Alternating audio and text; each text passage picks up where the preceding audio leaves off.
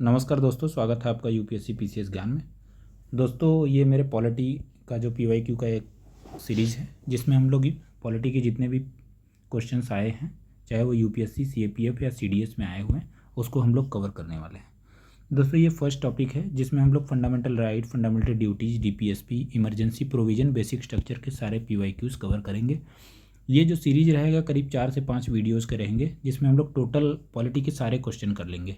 जैसा कि मैंने एक शॉर्ट वीडियो पहले ही अपलोड किया हुआ है शॉर्ट्स में, जिसमें मैंने रिलेवेंस ऑफ जो पॉलिटी है प्रीलिम्स के लिए वो बताया हुआ है कि कैसे जो 12 से 15 क्वेश्चन हर साल यूपीएससी सिर्फ पॉलिटी से पूछता है।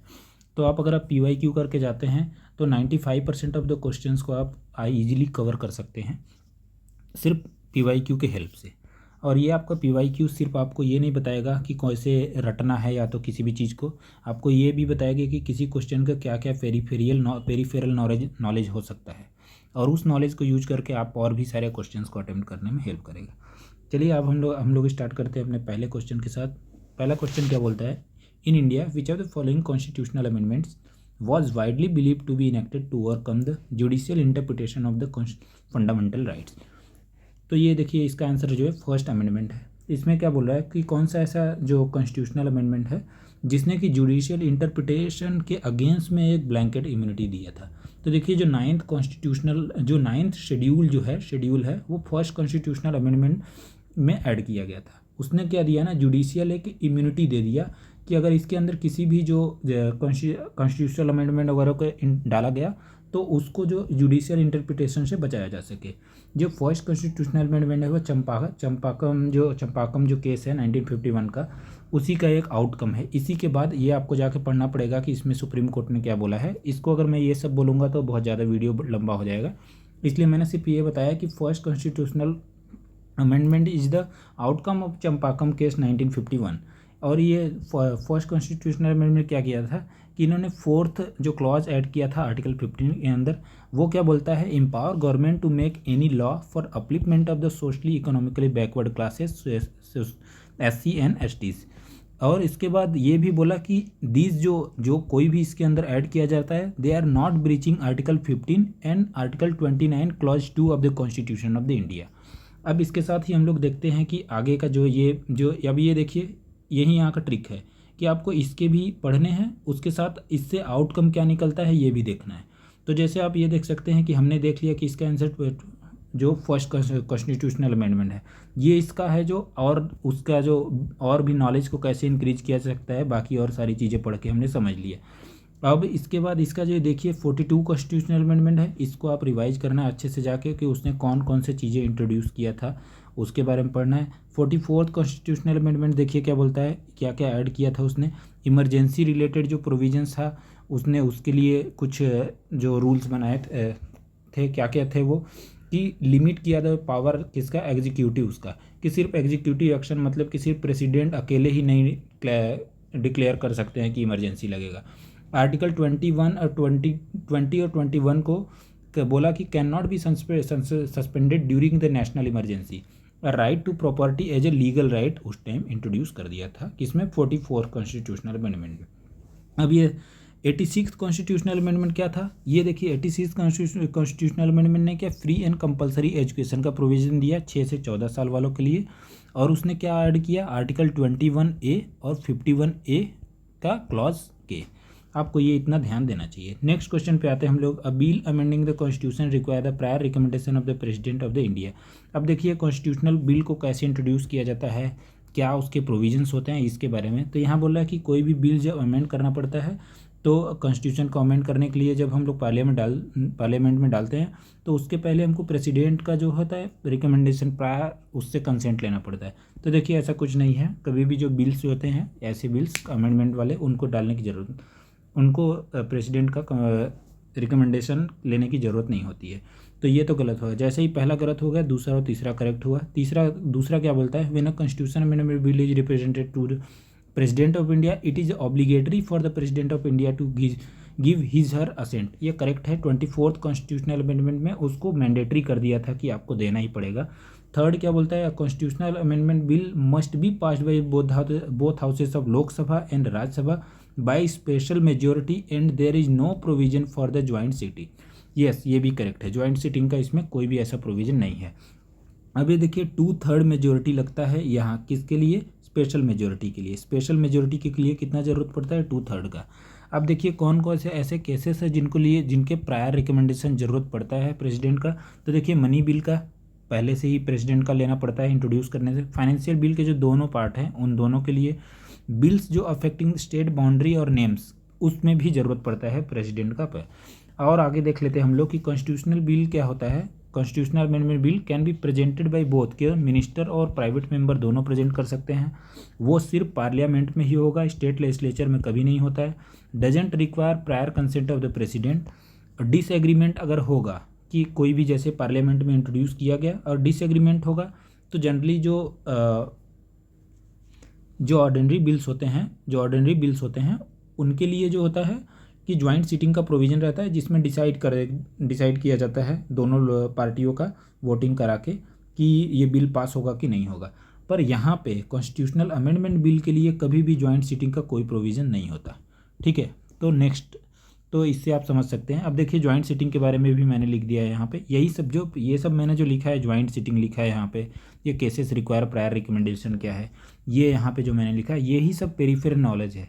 आपको ये इसके साथ ही आपको समझ में आएगा कि हमको इसके साथ और क्या क्या पढ़ लेना है इसी क्वेश्चन का आंसर मत याद करिए, बस आप ये समझिए कि यूपीएससी नेक्स्ट टाइम क्या पूछ सकता है। तो यूपीएससी इन सब चीज़ों से क्वेश्चन पूछ सकता है।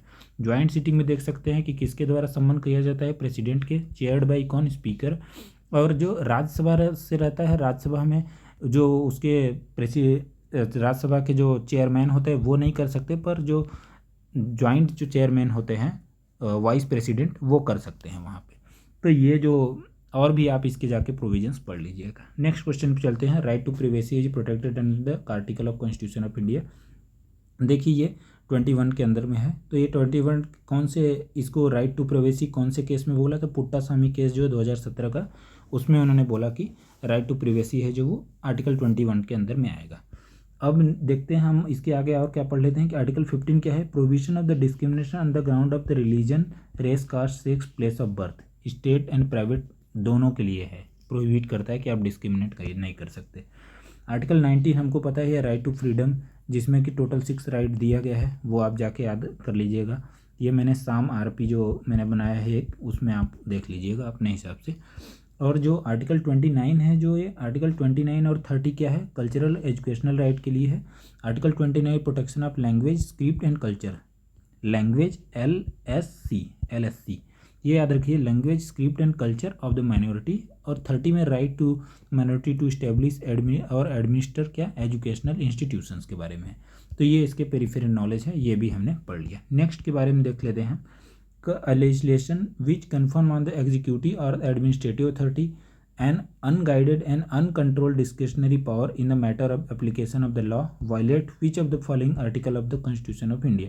देखिए आर्टिकल जो 14 है ना, equality before law, equal protection law, इस केसेस में कई सारे जो SC STs और भी बहुत सारे जो प्रोविजंस हैं अलग, जैसे कि EWS, इन लोगों के लिए अलग अलग प्रोविजंस बनाने का, अलग अलग जो बेनिफिट्स देने का प्रोविज़न है। तो यही जो है एकदम बहुत सारे जो डिस्क्रिशनरी पावर देता है, इसीलिए आर्टिकल 14 इसका है। आर्टिकल 28 जो है वो 25 से 28 के रिलीजन के बारे में है, देख ही लेते हैं आपकी। Freedom of the attending religious instruction और worship in the certain educational institution जो 28 है। 32 में क्या है, राइट टू रेमेडीज है, जितने भी हमको पता है कौन कौन से हैं।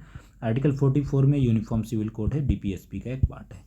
नेक्स्ट क्वेश्चन पे आते हैं। Which article of the constitution of India safeguard ones right to marry person. देखिए 21 ही फिर से है, हमने ऊपर 21 को ऑलरेडी यहाँ पे पढ़ लिया कि पुट्टास्वामी केस का एक आउटकम है, 2017 में पुट्टास्वामी केस हुआ था। नेक्स्ट हमने 19 जो पढ़ लिए ऊपर ही, आर्टिकल 29 ऊपर ही पढ़ लिए। 25 में देखिए 25 से 28 के बारे में, रिलीजन के बारे में बात करता है। Freedom of conscience and free profession, practice and propagation of the religion, ये भी हमने ऊपर पढ़ा है। पर ये ध्यान में रखिएगा कि 21 में ही हमने ये देखते हैं कि हर साल यूपीएससी आर्टिकल 21 से रिलेटेड एक आध क्वेश्चन तो पूछ ही लेती है। In the context of the, next question देखते हैं। In the context of polity which of the following would you accept as a most appreciate definition of the liberty. देखिए लिबर्टी जो होता है ना, वो मतलब उसका डेफिनेशन देख लेते हैं कि absence of the restrain on the activities of the individual and at the same time providing opportunity for the development of the individual personality, मतलब आपको एक्टिविटीज़, जो भी आपको एक्टिविटी करना है इंडिविजुअल डेवलपमेंट के लिए और अपॉर्चुनिटी भी देना है, वो लिबर्टी के अंदर आता है। और लिबर्टी में जो अगर हम प्रियम्बल में देखेंगे कौन कौन सा जो लिबर्टी हमको मिलता है, तो उसमें thought expression, belief, faith and worship, ये याद रखिएगा, पूछ सकता है यूपीएससी कि कौन कौन से जो लिबर्टी हमारे प्रियम्बल में दिया है, thought expression, belief, faith and worship. तो इसका जो है डी आंसर जो है करेक्ट आंसर हो गया। ये वाला जो देखिए opportunity to whatever ones like, ये भी लिबर्टी है, बट ये निगेटिव लिबर्टी है। यहाँ पे एक पर्टिकुलर सिंगल इंडिविजुअल के बारे में सोचा जा रहा है, न कि सबके बारे में। तो ये एक निगेटिव लिबर्टी है, पॉजिटिव लिबर्टी है, ये दोनों तो किसी काम के नहीं। नेक्स्ट आते हैं question, under the Indian constitution concentration of the well violate क्या है, directive principle of the state policy. Article जो 39 है वो क्या बोलता है, state shall direct its policy towards the securing that the operation of the economic system doesn't result in the concentration of the wealth. तो article 39 इसको खुद ही बोलता है, तो डीपीएसपी का एक पार्ट है। आप डीपीएसपी के सारे जो आर्टिकल्स हैं 1 2 3 जितना भी हैं वो आपको 35 से लेके सारे याद कर लेने चाहिए, आपको बार बार वो पूछता रहेगा किसी न किसी को। नेक्स्ट देखते हैं what is the position of the right to property in India. तो राइट टू प्रॉपर्टी के जो है आपको याद करना चाहिए कि कौन से आर्टिकल में हमने पढ़ा कि जो राइट टू प्रॉपर्टी, पहले तो ये फंडामेंटल राइट था, फिर उसको राइट टू प्रॉपर्टी को एक लीगल राइट बना दिया। तो लीगल राइट जो है अवेलेबल टू एनी पर्सन।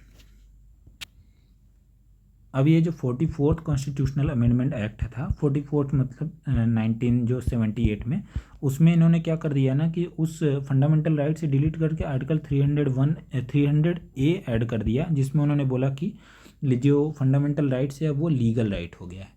तो 300A क्या बोलता है कि no person shall be deprived of his property save by authority of the law. Next question पे आते हैं, which are the following category of the fundamental right incorporated protection against the untouchability as a form of discrimination. तो देखिए discrimination के लिए हमको पता ही है कि राइट टू इक्वालिटी जो है, राइट टू इक्वालिटी है जो 14 से 18 के बीच में आता है। और ये देखिए 14, तो उसके बाद जो 15 है ये खुद है। 16 क्या बोलता है कि equality of opportunity in matter of the public employment. 16 के बाद 17 क्या है, अनटचेबिलिटी के है, और 17-18 क्या है, ये टाइटल से रिलेटेड है। नेक्स्ट आते हैं, हम लोग सारे जो फंडामेंटल राइट्स हैं उसके आर्टिकल एक एक करके याद कर जाना है। नेक्स्ट आते हैं बार बार क्वेश्चंस जो रिपीट होते हैं, with reference to the provision content in the part fourth of the constitution of India correct which of the following statement is are correct. तो देखिए ये पूछ रहा है कौन से जो पार्ट 4 के जो कॉन्स्टिट्यूशन है उनके कौन से प्रोविजंस यहाँ पे करेक्ट हैं। तो they shall be enforced by law. देखिए कोई भी डीपीएसपी के जो पार्ट्स हैं ना वो नॉन इन्फोर्सेबल बाई लॉ होते हैं, नॉन जस्टिसिएबल होते हैं। तो पहला कट गया, जैसे ही पहला कटा तो दूसरा तो करेक्ट ही है, तीसरा पढ़ लेते हैं, the principle laid down in this parts are the influence the making of the law by the state. ठीक है, ये जितने भी पार्ट्स होते हैं, provision content in this part fourth shall not be enforced by the any court, no legal force, not justiciable in nature. और ये ऐसा बोलता है, ये जो गाइडिंग के जैसे, गाइडिंग प्रिंसिपल के जैसे काम कर सकता है, डीपीएससी काम करता है स्टेट्स को फॉर्मुलेशन ऑफ पॉलिसीज़ और उसके बाद इम्प्लीमेंटेशन में। नेक्स्ट क्वेश्चन पे आते हैं हम लोग कि right to privacy is protected, हमने ऑलरेडी पढ़ लिया है, तो इसका आंसर आपको बताना है कि इसका कौन सा आंसर होगा, जो आपको कमेंट बॉक्स में बताना है। नेक्स्ट क्वेश्चन पे आते हैं, which are the following reflect the most appropriate relationship between law and liberty. तो liberty is protected by law and law promote क्या करता है, लॉ क्या करता है, प्रमोट करता है लिबर्टी को। तो इसका करेक्ट आंसर क्या है, इसका जो मीनिंग है वो आपको जाके पढ़ लेना चाहिए करेक्टली कि there are no laws if there is no law and there is no liberty. ऐसे क्वेश्चन जो होता है डेफिनेशन से रिलेटेड यूपीएससी बार बार पूछते हैं, कभी लिबर्टी पूछ लेगा, कभी लिबर्टी पूछ लेता है, कभी फ्रीडम पूछ लेता है, कभी लॉ पूछ लिया, देखो कभी ये पूछ लेगा कि जो अपने ये अपने क्या बोलते हैं प्रियम्बल के जितने भी पार्ट्स हैं, अलग अलग जो वर्ड्स हैं उनको पूछ लेता है। तो आप उनके जो डेफिनेशन है उनको ध्यान से पढ़िएगा, उससे क्वेश्चंस बनते हैं।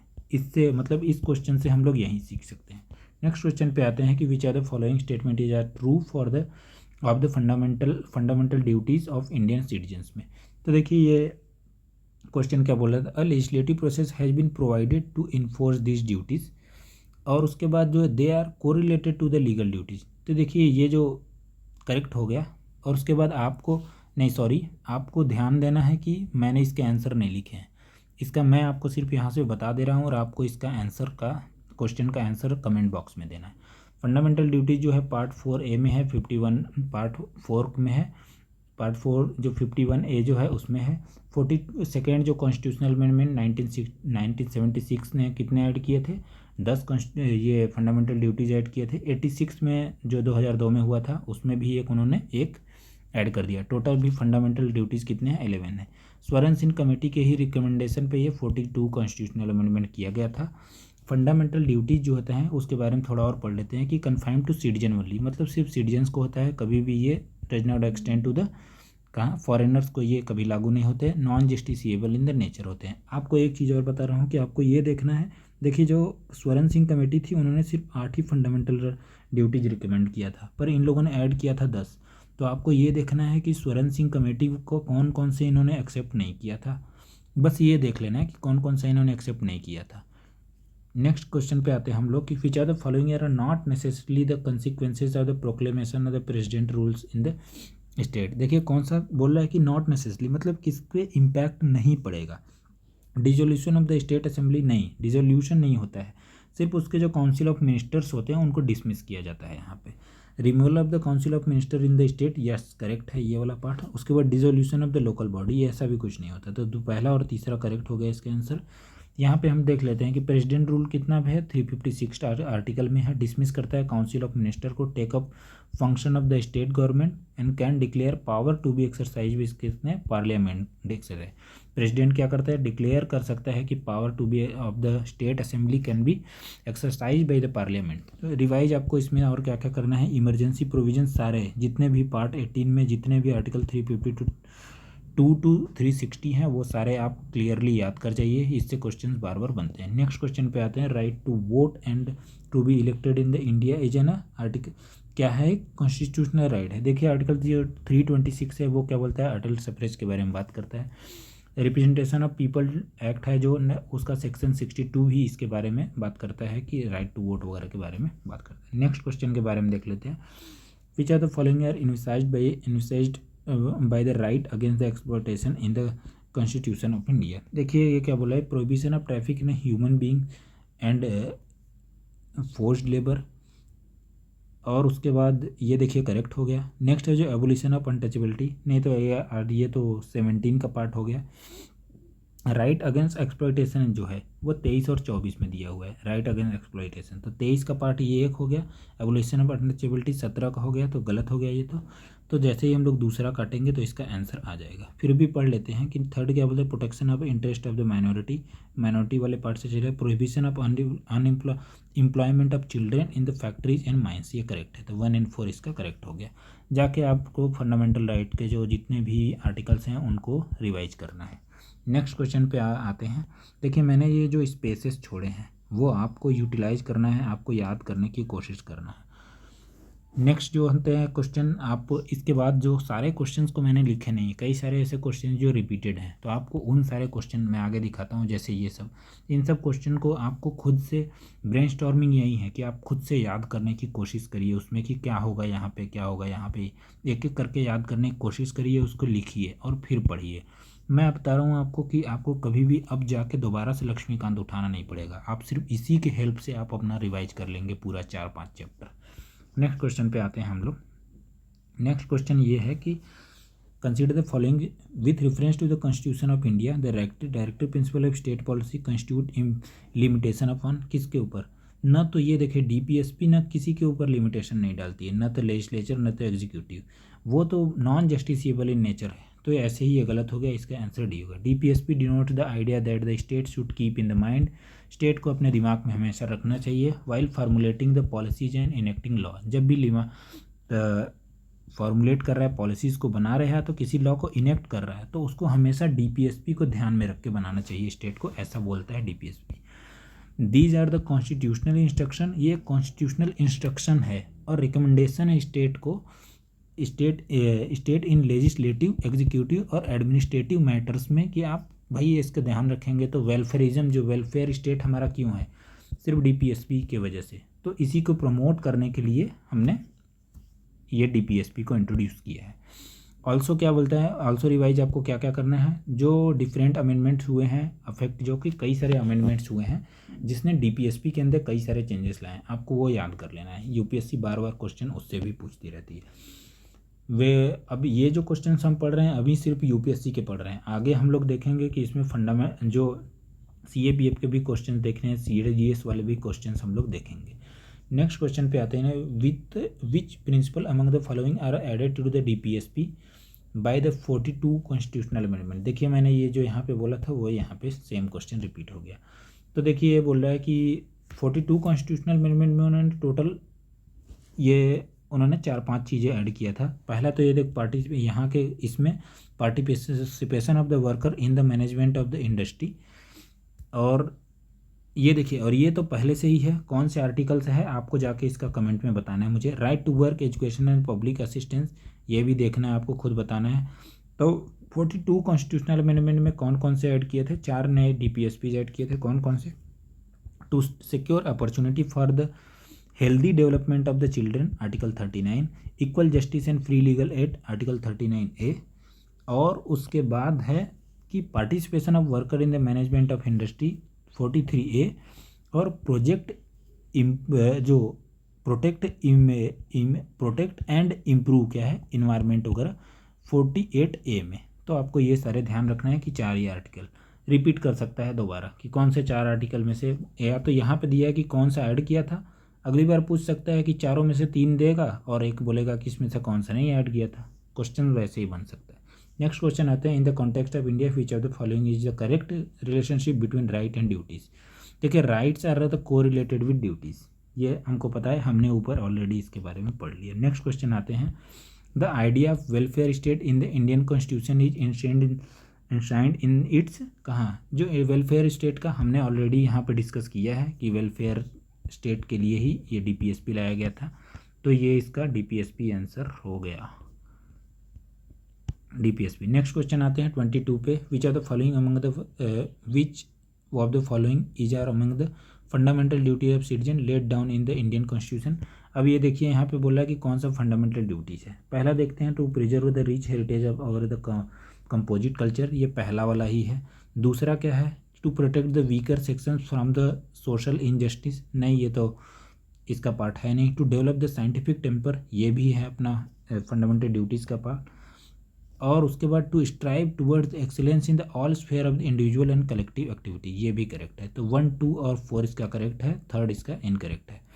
तो देखिए मैंने यहाँ पे लिस्ट कर दिया है कि 1 जो जितने भी, ये तो देखिए इतना जो है वो 42 वाले का है, तो आपको ये सारे यहाँ पे लिखने हैं और याद करने की कोशिश करना है। नेक्स्ट क्वेश्चन आते हैं हम लोग, यही ब्रेनस्टॉर्मिंग का यही पार्ट है कि आपको खुद याद करना है, इससे रिलेटेड क्वेश्चंस बनेगा तो सिर्फ यही बनेगा।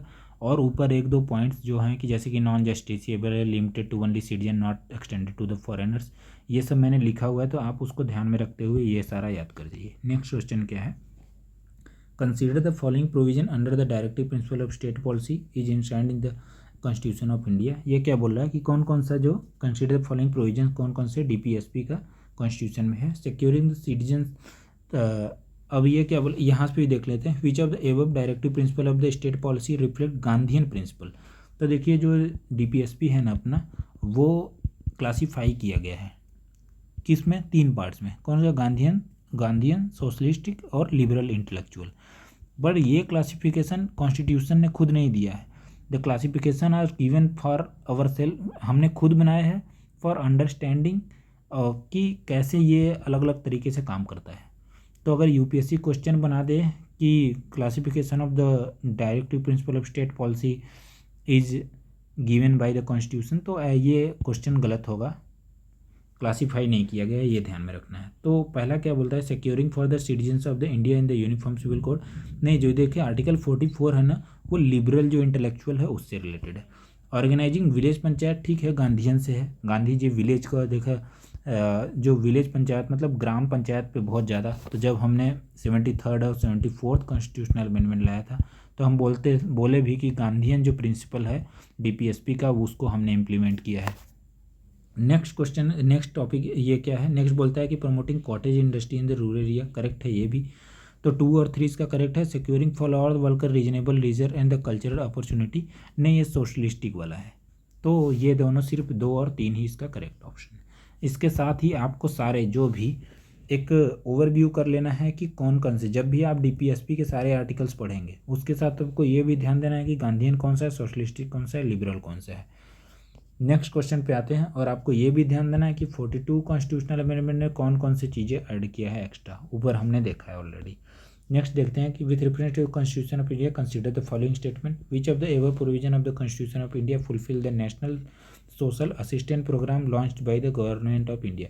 देखिए इस क्वेश्चन में आपको ज़रूरत नहीं, जैसे NSAP जो है 1995 में जो इसको लाया गया था, तो आपको मीनिंग ये नहीं है कि आप 1995 वाले जो प्रोविजंस या तो कोई भी वो पॉलिसीज़ को आप रटने लगो। इसका मीनिंग ये है कि अगर वो कोई भी ever provision of the constitution है सोशल असिस्टेंस के लिए है तो किससे रिलेटेड हो सकता है, बस आपको ध्यान देना है। आपको ये समझ में आ जाएगा कि डीपीएसपी में जो हमारे ऐसे प्रोविजंस हैं कि सोशल असिस्टेंस वगैरह देना है, तो ये 1995 में लॉन्च किया गया था। ये जो 41 आर्टिकल है ना उसी को जस्टिफाई करता है। कैसे, आर्टिकल 40 में क्या लिखा गया, state to provide public assistant to citizen in case of the unemployment, sickness, old age और डिसेबलमेंट। तो इस केस में आपको असिस्टेंट स्टेट को देना चाहिए। लॉन्च कब किया गया था, NSAP 1995 में सेंट्रली स्पॉन्सर्ड स्कीम था। Objective provide the financial assistant to elderly widows and physical with public person with disability in the form of the social pension. Next question पे आते हैं, how are the priority principle of state policy different from the fundamental right. Correct है, यहाँ पे ध्यान दे देख पढ़ ले कि आप आंसर पा सकते। डायरेक्टिव प्रिंसिपल जो स्टेट है DPSP are not enforceable whereas fundamental right are enforceable. Fundamental right को इन्फोर्स कैसे करते हैं, 32 आर्टिकल याद करिए। फंडामेंटल रेमेडीज़ के बारे में हम लोग डायरेक्ट जा सकते हैं कहाँ, सुप्रीम कोर्ट के पास। Not necessary with the help of high court, तो मतलब ज़रूरी नहीं है कि आप हाई कोर्ट को पहले जाओ फिर सुप्रीम कोर्ट में। आप 32 के फंडामेंटल राइट के अगेंस्ट में डायरेक्ट जा सकते हैं। अगर वायलेट होता है तो सुप्रीम कोर्ट को डायरेक्ट जा सकते हैं। नेक्स्ट क्वेश्चन आते हैं, देख लें हम कि which of the following are included in the DPSP. तो बोल रहा है कि कौन सा, तो देखिए prohibition of trafficking in the human being and force लेवल, ये देखिए आर्टिकल 23 का जो पार्ट है फंडामेंटल राइट का उसका पार्ट है, तो ये तो गलत हो गया। पहला गलत होते ही एक बचा है। Prohibition of the consumption except for the medical purpose of intoxicating drinking of the drug which are injurious to the health, ये देखिए सही है, करेक्ट है, डीपीएसपी का पार्ट है। ये आर्टिकल 47। मैं आपको ये पूछ रहा हूँ कि आप कमेंट बॉक्स में इसको बताना बिल्कुल न भूलें कि क्या ये गांधीयन प्रिंसिपल है कि ये एक लिबरल इंटेलेक्चुअल है, आपको ये बताना है, भूलना नहीं है। नेक्स्ट क्वेश्चन में हम लोग देखते हैं, consider the following statement respect of the financial emergency, article 360 of the constitution of the India. देखिए हमने बोला ऑलरेडी, हमने इमरजेंसी के जो प्रोविजन से ऊपर पढ़े हैं, यहाँ पे फाइनेंशियल इमरजेंसी की बात कर रहा है। तो पढ़ते हैं हम क्वेश्चन क्या बोला है, a proclamation of the financial emergency issued shall cease to operate at the expiration of the 2 months unless before the expiration of that period it has been approved by the resolution of the both houses of the parliament। Correct है, जब भी जो emergency जो होता है financial emergency उसको correct है, इसके लिए अपने को अप्रूवल लगता है पार्लियामेंट का। नेक्स्ट ये क्या बोलता है, if any proclamation of the financial emergency is in operation it is competent for the president of India to issue direction for the reduction of the salaries, for the reduction of salary and allowances of all any class of the person serving in the connection with the affairs of the union but excluding the judges of the Supreme Court and High Courts। तो देखिए ये गलत हो गया। देखिए जब भी financial emergency लगता है तो उस केस में जो प्रेसिडेंट है वो किसी को भी बोल सकता है कि जो इससे रिलेटेड है कि आप ये जो अपना जो फाइनेंशियल जो उनका सैलरीज है वो रिड्यूस किया जा सकता है। तो ये जो बोल रहा है एक्सक्लूडिंग वाला जो पार्ट है जजेस एंड सुप्रीम कोर्ट, यही supreme court and high court, यही गलत है। तो इसका करेक्ट पहला आंसर जो पहला ऑप्शन करेक्ट होगा। आगे हम देख देते हैं 360 जो फाइनेंशियल इमरजेंसी के बारे में। 360 का जो क्लॉज 2 है कॉन्स्टिट्यूशन ऑफ इंडिया, क्या होता है, declare the financial emergency must be ratified by both the houses of parliament with in the 2 month. Correct है, देखिए ये वाला जो है यहाँ पे लिखा हुआ है। इफ़ अप्रूव कर दिया गया तो लास्ट एंड इनडेफिनेटली मतलब बहुत दिनों तक रहता है जब तक कि उसको रिप्लेस नहीं किया गया। आफ्टर द यूनियन और नो क्या अभी ये क्या बोला है, आफ्टर जब वो अप्रूव कर दिया जाता है, union assumes complete control of the financial affairs का सारा किसके हाथ में आ जाता है, यूनियन गवर्नमेंट के अंदर। यूनियन में give his direction to any state and president में आस्क फॉर द स्टेट, किसी भी स्टेट को डायरेक्शन दे सकता है कि रिड्यूस करना सैलरी वगैरह ये सब, और स्टेट इसके लिए पूछ सकता है किसी भी स्टेट को। No maximum period describe for its operation, जो फाइनेंशियल इमरजेंसी के किसी भी मैक्सिमम पीरियड को ऑपरेशन के लिए कोई भी ऐसा रूल नहीं है। और रिपीटेड जो पार्लियामेंट्री अप्रूवल नॉट रिक्वायर, बार बार जो जैसा कि अगर कोई नेशनल इमरजेंसी वगैरह लगा तो बार बार लेना पड़ता है अप्रूवल ना, पर यहाँ पे ऐसा कोई अप्रूवल की ज़रूरत नहीं होती है। तो ये क्वेश्चन भी हो गया। इस क्वेश्चन से यही बनता है कि आप जो कोई भी जो इमरजेंसी वाले प्रोविजंस हैं उनको ध्यान से याद कर जाइए, क्वेश्चन ऐसे बार बार बन सकते हैं। बहुत पुराना क्वेश्चन नहीं है, 2007 का ही है, फिर भी बहुत पुराना है। Consider the following statement, article 301 is related to, हमने ऑलरेडी पढ़ लिया है, related to right to property, incorrect हो गया। अब देखिए मैं आपको यहाँ पे एक ट्रिक दिखाता हूँ क्या, कि ये बोल रहे हैं article 301 is related to right to property, यहाँ क्या बोल रहा है, article 300A was inserted in Indian constitution by 44 amendment during the period of the Congress government. अब आप ये देखिए यहाँ पे 301 बोला है राइट प्रॉपर्टी के लिए और यहाँ 300A, ये दोनों एक दूसरे के कॉन्ट्राडिक्टरी हो गए, तो या तो एक तीन में से कोई एक ही रहेगा हमेशा, तो एक तीन साथ में ये गलत हो गए, ये गलत हो गए, दो तीन, यहाँ पे दो तो 100% करेक्ट ही है क्योंकि दोनों में है। तीन पढ़ लेते हैं, तीन क्या बोलता है, 300A was inserted in Indian constitution by 44 constitutional amendment during the period of, ये देखिए जनता दल था उस टाइम किया गया था, तो यहाँ पे कांग्रेस गवर्नमेंट, ये गलत हो गया। नेक्स्ट आते हैं हम लोग, तो इसका जो करेक्ट आंसर क्या होगा 2। देखिए कॉन्स्टिट्यूशनल अमेंडमेंट के बारे में बार बार पूछ रहे हैं ऐसे क्वेश्चन, तो आपको कॉन्स्टिट्यूशनल अमेंडमेंट जो मेजर कॉन्स्टिट्यूशनल अमेंडमेंट है उनको तो ध्यान में रखना है। जैसे 24 जो 2024 का जो यूपीएससी का पॉलिटी वाला क्वेश्चन था, उसमें उन्होंने पूछ लिया था कि जो वीमेंस को रिजर्वेशन दिया है उसके बिल्स के बारे में पूछ लिया था, वो उसका अमेंडमेंट के बारे में।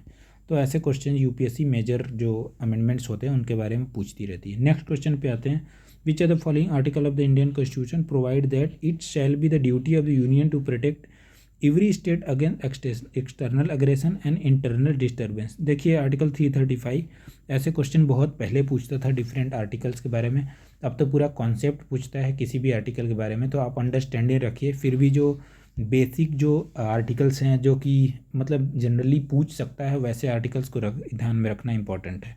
ये तो बड़ा ही इंपॉर्टेंट आर्टिकल है कि कौन से जो आर्टिकल है जो कि स्टेट को सेव करती है फ्रॉम द एक्सटर्नल एग्रेशन से, जिसमें यूनियन प्रोटेक्ट करता है उसको।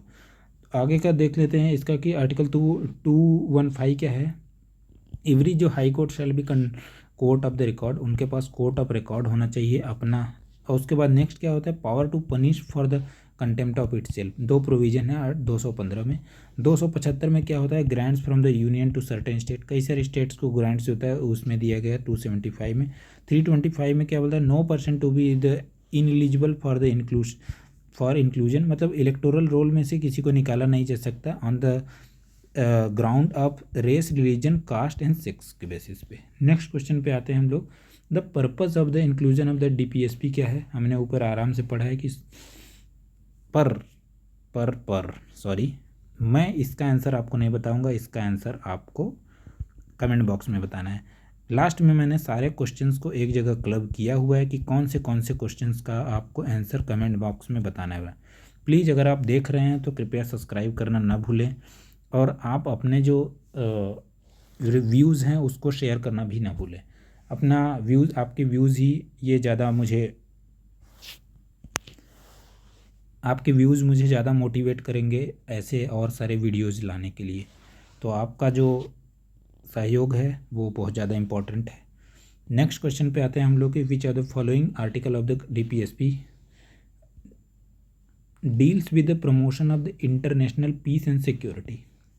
51 सारे आर्टिकल्स को मैंने बोला आपको याद करना है।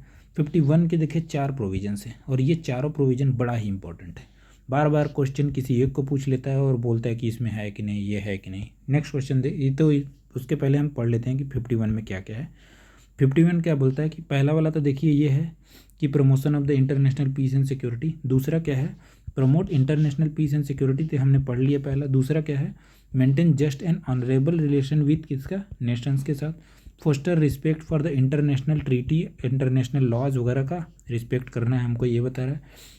और फोर्थ क्या है, encourage settlement of the international जो डिस्प्यूट बाई किससे, आर्बिट्रेशन के हेल्प से इंटरनेशनल डिस्प्यूट को कम करना है, वार वगैरह नहीं करना है, ये बोलता है। नेक्स्ट क्वेश्चन पे आते हैं हम लोग। Which of the following amendment of the Indian constitution empower the president to send back any matter to the reconsider by the council of minister. तो देखिए 44 कॉन्स्टिट्यूशनल अमेंडमेंट है, उसने प्रेसिडेंट को ये ऑर्डर, ये प्रोविज़न दिया कि आपको अगर कोई भी जो कॉन्स्टिट्यूशनल अमेंडमेंट जो बिल्स वगैरह हैं, अगर आपको नहीं पसंद आया तो आप उसको काउंसिल ऑफ मिनिस्टर्स को दोबारा भेज सकते हैं रिकन्सिडर करने के लिए। इसी में कुछ और प्रोविजंस हैं 44 वाले, यहाँ पे मैंने क्लब किया हुआ है, देख सकते हैं। It empower the president to send back any matter for the reconsideration by the council of minister once, but if the same advice is given again he has to accept it. मतलब एक बार अगर council of minister को आपने भेज दिया president ने, तो जब ये अगर किसी चीज़ को वापस देंगे कि ठीक है, अच्छा हमने सुन लिया, आपको ये दोबारा से करिए, तो इनको ये बिल को पास करना पड़ेगा। It reduce the period of operation of the 44 constitutional amendment क्या बोलता है कि it reduce the period of the operation of the proclamation of the national emergency from 1 year to 6 month. मतलब पहला नेशनल इमरजेंसी 1 साल का था, अब उसको 6 मंथ का कर दिया। 6 मंथ के बाद फिर से रेटिफिकेशन लगेगा किसका, सारे जितने भी जो अपने हाउसेस हैं उनके, पार्लियामेंट के। नेक्स्ट आता है कि it provide that the proclamation of the emergency can be issued only on the basis of the written advice by the cabinet, not by the individual minister. Correct है, मतलब कि यहाँ पे किसी भी इंडिविजुअल मिनिस्टर के रिकमेंडेशन पे नहीं हो जाएगा कि एडवाइस देने पर कि प्रोक्लेमेशन ऑफ द इमरजेंसी कर दिया जाए। मतलब ये 44 कॉन्स्टिट्यूशनल अमेंडमेंट कब हुआ था, आफ्टर इमरजेंसी, मतलब इमरजेंसी के बाद का ये रिजल्ट है। तो ये सब सारे जो प्रोविजंस हैं ना, वो इमरजेंसी को कहीं ना कहीं आपको उसके सिम्टम्स दिखेंगे जिसमें इमरजेंसी वाले। तो it restore the power of the judicial review to the supreme court and high court which was curtailed by the 42 constitutional amendment. Emergency के टाइम ही ये 42 कॉन्स्टिट्यूशनल अमेंडमेंट हुआ था। तो इसमें जो इसने जुडिशियल रिव्यू के जितने भी पावर सुप्रीम कोर्ट और हाई कोर्ट के थे उसको वापस दे दिया। नेक्स्ट क्या बोलता है, it provide safeguard against the misuse of article 356 president rules by laying down some condition for its invocation and continuation. कई सारे प्रोविजंस इसमें डाले हैं, आपको पढ़ लेना है कि कब इन्वोक करना है, कब कंटिन्यू करना है president rule in the states के। तो ये हो गया देखिए इसका पेरिफेरल नॉलेज। नेक्स्ट क्वेश्चन पे आते हैं हम लोग कि the 93rd constitutional amendment bill deals with the क्या, free and compulsory education for the all children between the age of 6 and 14 year. ना ये कब आया था, 2002 में आया था ये बिल। ऐड क्या कर दिया इसने, क्लॉज 5 इन द आर्टिकल क्या 15 में, enable the government to make any special provision for the socially economically backward classes SC and STs to their admission to the educational institution including private institution also। Next question पे आते हैं हम लोग। In the Indian constitution the right to equality is granted by the 5 article. कौन कौन से 5 articles हैं, देखिए 14 से 18 के बीच में है।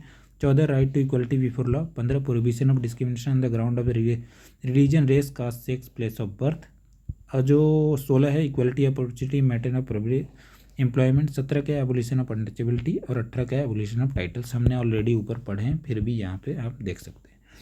Next question, the British citizen saying in India can not claim right to. अब देखिए फंडामेंटल 2 चीज़ होता है यहाँ पे, fundamental rights available to citizen only 15, 16, 19, 29, 30। 5 बार बोलिए 15, 16, 19, 29, 30, याद हो जाएगा आपको। और ये सिर्फ सिटीजन्स को मिलते हैं, इसके बाद जो भी है वो सबको मिलते हैं। तो freedom of trade and profession है यहाँ पे, कैन नॉट बी, ये वाला करेक्ट हो गया।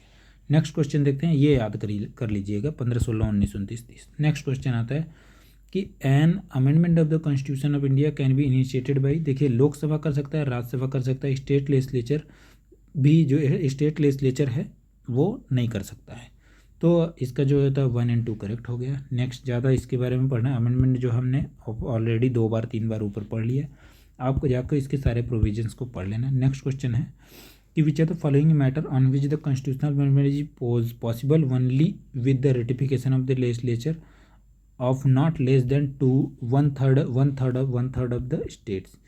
तो देखिए ये क्या बोल रहा है कि election of the president, yes correct है, ये फेडरल जो स्टेट है वहाँ पे ये ज़रूरत पड़ता ही है, क्योंकि ये दोनों का पार्ट है ना, इसलिए representation of the state in the parliament, ये भी करेक्ट है। एनी ऑफ द लिस्ट, जो 7 शेड्यूल है, जो 7 शेड्यूल में जैसे सेंटर का, स्टेट का और कंकरेंट लिस्ट है, ये तीनों को, इसमें भी ज़रूरत पड़ता है स्टेट का 1/3 जो रेटिफिकेशन का। और abolition of the legislative council, ये ज़रूरत नहीं है किसी भी स्टेट में। जब 169 आर्टिकल में शायद लेजिस्लेटिव काउंसिल के बारे में बात करते हैं, तो जब किसी भी स्टेट को लेजिस्लेटिव काउंसिल एबॉलिश करना होता है तो यहाँ से बस वो स्टेट क्या करता है, हाँ, तो इसमें क्या होता है कि जो आर्टिकल 169 है शायद उसी में एबोलिशन और क्रिएशन का दोनों का प्रोविज़न दिया हुआ है। तो इसमें क्या होता है ना, कोई भी, जैसे ये स्टेट है, इसके पास लेजिस्लेटिव काउंसिल है, तो ये स्टेट क्या करती है ना, एक रिजोल्यूशन पास कराती है पार्लियामेंट के, और वो पार्लियामेंट में जाने के बाद पार्लियामेंट पास कर देता है और हो जाता है। तो यहाँ पे से 1/2 जो होता है उनका ज़रूरत नहीं पड़ता है। इसी के साथ लेजिस्लेटिव काउंसिल आया है, तो आपको ये देख लेना है कि कौन से स्टेट्स हैं जो इंडिया में, वहाँ पे जो लेजिस्लेटिव काउंसिल जो है वो है।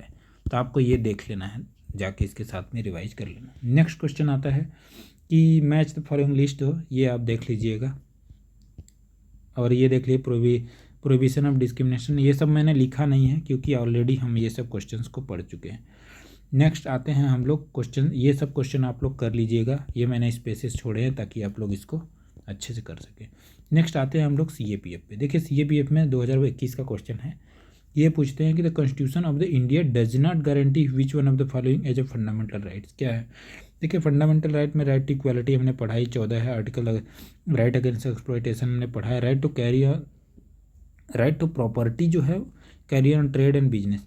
अब ये देखिए, ये तो देखिए 19 में दिया हुआ है, ये देखिए 44th कॉन्स्टिट्यूशनल अमेंडमेंट में हमने ऑलरेडी पढ़ा है कि उन्होंने राइट टू प्रॉपर्टी को शिफ्ट करके 301 में डाल दिया है, बहुत पढ़ लीजिएगा, उसको एक लीगल राइट बना दिया है ना।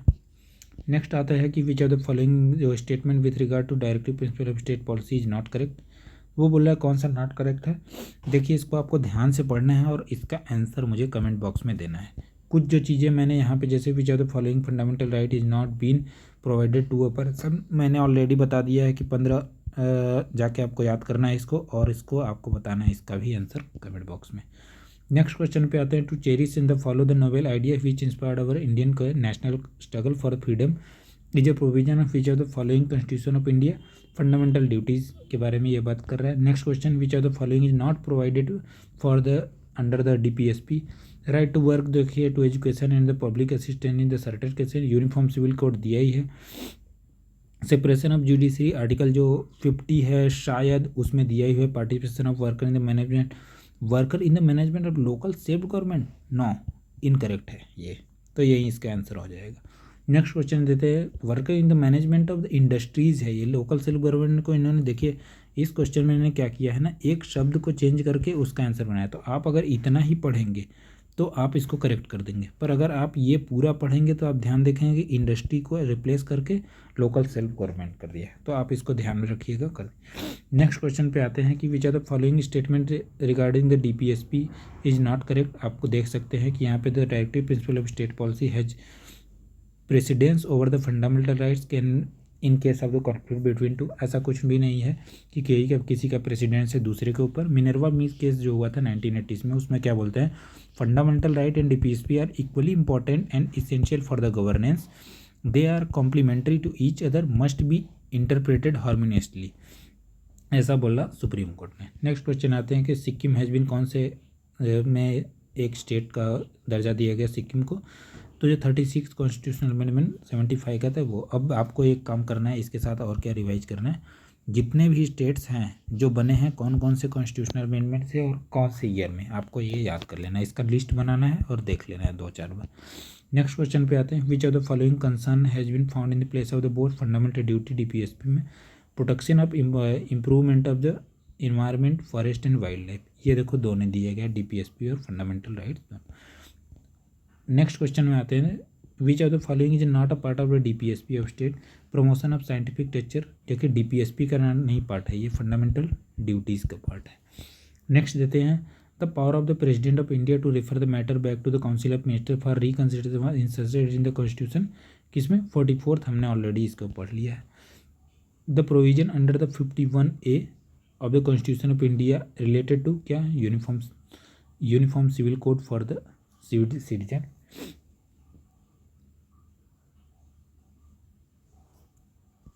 सॉरी, ये गलत पढ़ दिया मैंने।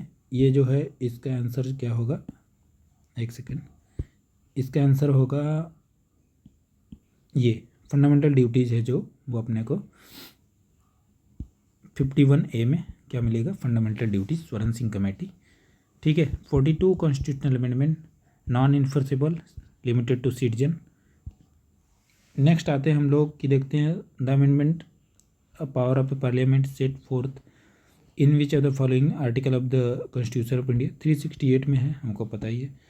ये सब देखिए क्वेश्चन आप लोग खुद पढ़िएगा और सॉल्व करने की कोशिश करिएगा। इससे बस पढ़ने से और मुझे सॉल्व करने में सेम, सिर्फ ये वीडियो जो होगा वो लंबा होगा अगर आप खुद पढ़ के सॉल्व करेंगे। बाकी सारी चीज़ें रिपीटेड हैं, आपको पढ़ना ही नहीं है इसको, सिर्फ आप क्वेश्चन को पढ़ेंगे, आंसर बता देंगे।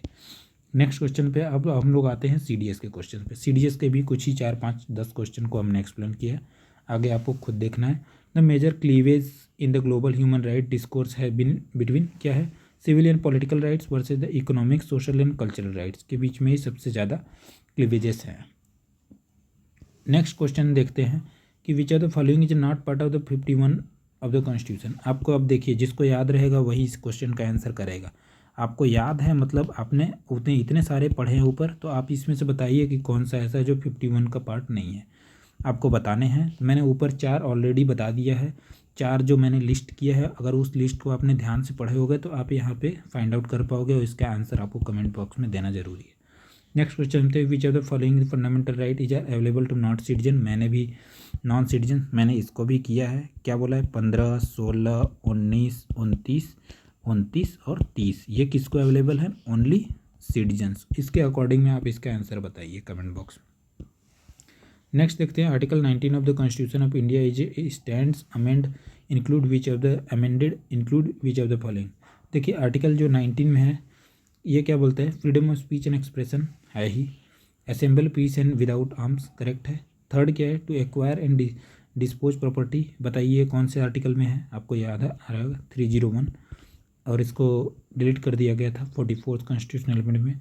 To move freely throughout the territory of India, मैंने यहाँ पे जो 6 फंडामेंटल राइट्स है किसमें, आर्टिकल 19 के अंदर, उसके अंदर मैंने ये सब यहाँ पे freedom of speech and expression, to assemble peacefully and without arm, to form association और unions, to move freely throughout the territory of India, to reside and settle in any part of the territory of India and omitted. और वो जो एक था वो omitted कर दिया, omitted है वो प्रॉपर्टी वाला, ये इसके बारे में दिया गया है, तो इसको याद करने की ज़रूरत नहीं है। एक सेकेंड, ये हो गया।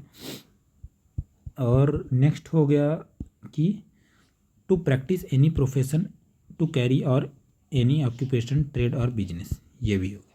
नेक्स्ट क्वेश्चन पे आते हैं, in part 4A of the Indian the constitution of India which one of the following is not amended as a duty of every citizen of India, कौन सा ड्यूटी नहीं है, इसका आंसर भी आपको कमेंट बॉक्स में देना है।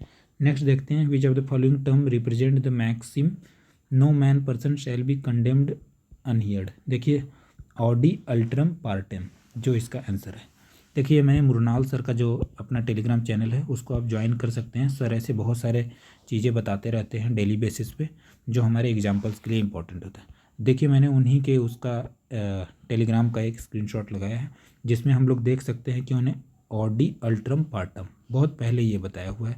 ऐसे कई सारे जो नीमो जक्स्टा जुडेक्स इन कॉजा सुआ ये सारे उन्होंने एक लिस्ट दिया हुआ है। तो आप जैसे ही उनके टेलीग्राम चैनल पर जाएंगे उसके सर्च बॉक्स में आप ये सर्च करिएगा ऑडी अल्ट्रम पार्टम, आपको बहुत सारे लिस्टेड मिल जाएंगे। आप उसको लिस्ट करके एक जगह पे रख लीजिए। नेक्स्ट क्वेश्चन जो है ये आप अपने से खुद पढ़िए और इसका आंसर देने की कोशिश करिए। बाकी मैंने सारे ये भी जो क्वेश्चन है ये मैंने आंसर नहीं किए हैं क्योंकि मैं चाह रहा हूँ कि आप इन सारे क्वेश्चंस का आंसर खुद करिए। और जिन सब जैसे मैंने यहाँ पे कुछ क्वेश्चंस को लिस्टेड किए हैं, मैं बता रहा हूँ कौन से क्वेश्चन नंबर 11, 29, 136, 155, 165। आपको इसके कमेंट बॉक्स में आंसर देना है।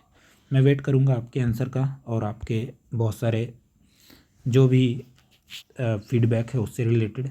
अगर आपको कुछ भी ऐसा लगता है कि कुछ और चीज़ें ऐड किया जाना चाहिए या कुछ नया किया जाना चाहिए तो आप मुझे कृपया बताना ना भूलें।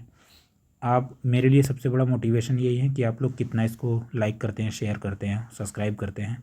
आप सिर्फ वीडियोज़ को देखिए मत, सब्सक्राइब करना ही मेरे लिए मोटिवेशन है और ये आपकी एक मोरल ड्यूटी भी है। थैंक यू सो मच आप लोगों के सहयोग के लिए। Thank you. जय हिंद।